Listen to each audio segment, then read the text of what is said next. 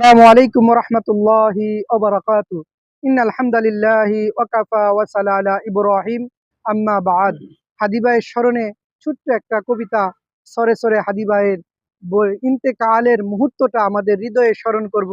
আপনারা প্রত্যেকে আমাদের সাথে শরীক থাকেন এবং হাদী ভাইয়ের ইন্তেকালে প্রত্যেকেই আমরা মর্মাহত এবং প্রত্যেকেই আমরা তার জন্য দুআ ও মাগফিরাত করব। আল্লাহ তাআলা যেন তাকে জান্নাতের সর্বোচ্চ মাহকাম জান্নাতুল ফেরদাউস নসিব দান করে, সকল বলি আমিন। হাদিমার নামটি যেন মধুর সুর, হাসিতে জ্বলে উঠে হৃদয়ের নূর।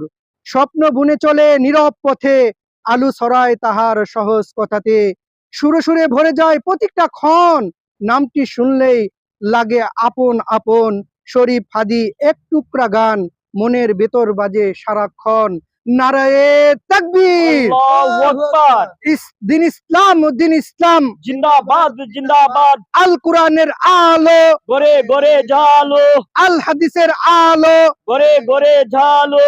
জালিমের মজলুম, চলবে না চলবে না, জালিমের কারাগার, চলবে না চলবে না।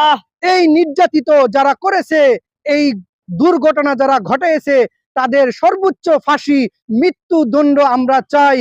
আমরা বাংলার তৌহিদি জনতা, লড়াকু সৈনিক, যতক্ষণ পর্যন্ত এই নাস্তিকের বিচার বাংলার জমিনে না হচ্ছে, ততক্ষণ পর্যন্ত বাংলার জনগণ, তৌহিদি জনতা রাজপথে থাকবে ইনশাআল্লাহ। আর আমা এটা তৌফিক ইল্লা বিল্লাহ।